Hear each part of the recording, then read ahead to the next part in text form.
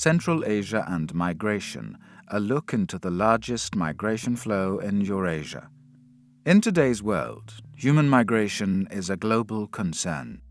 Migration can be defined as a process of moving from one location to another for economic, socio-demographic, cultural and historical, infrastructural and geographic and political factors. In other words, migration is one of the strategies people use in response to various societal turn of events. In this globalized world, the US, the United Arab Emirates, Canada, and countries of the European Union attract people from all over the world who are in search of better life opportunities and/or who are in need of a safe refuge outside of their places of origin due to wars and conflicts. Russia attracts millions of people from its ex-Soviet countries, particularly from the Central Asian region, which has more than 10 million migrants on the move. Thus, the current migration corridor between Russia and Central Asia is considered to be one of the largest in Eurasia. Let us now take a closer look at some of the incentives of labor migration patterns from the three major sending countries of Kyrgyzstan, Uzbekistan, and Tajikistan.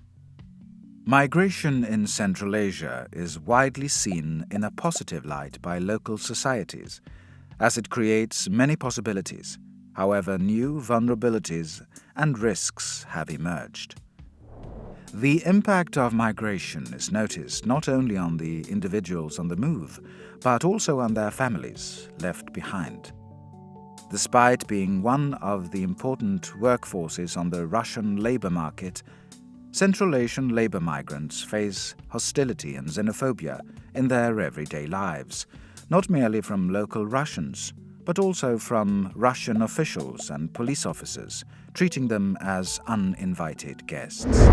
In 2018, at least 4 people died from racist or other ideologically motivated violence, and at least 57 people were injured or beaten.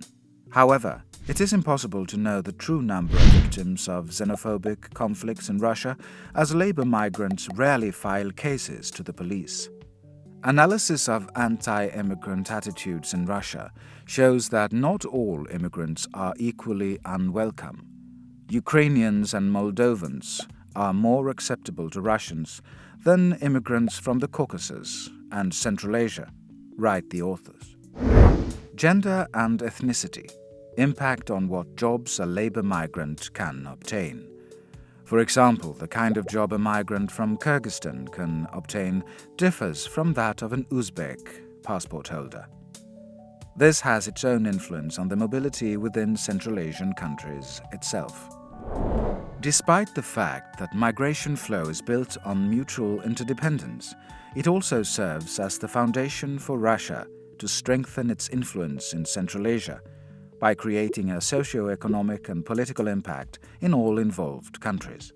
From an economical point of view, Kyrgyzstan, Uzbekistan, and Tajikistan benefit largely from the remittances sent by labor migrants.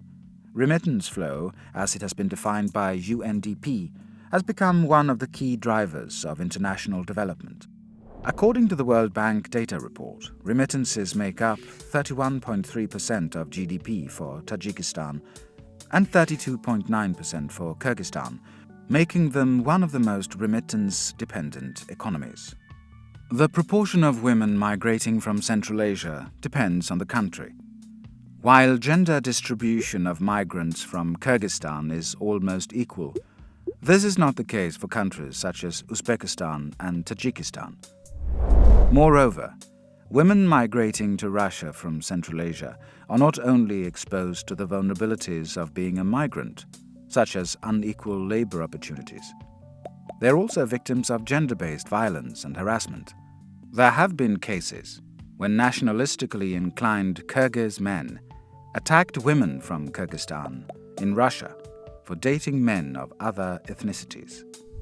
When we talk about migration, one may ask, what is the portrait of a migrant? It's difficult to answer, particularly as Central Asian populations are themselves very diverse.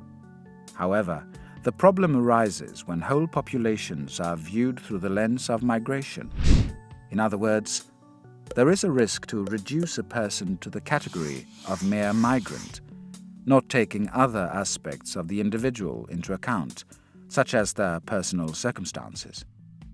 In the context of Russia, the word migrant can make it seem like migration is a problem created by people migrating to Russia, while in fact, the migration policies in place make it easy for employers to make use of cheap labor from Central Asia, ignoring the hosting country's inability to accommodate the large proportion of Central Asian workforce they attract.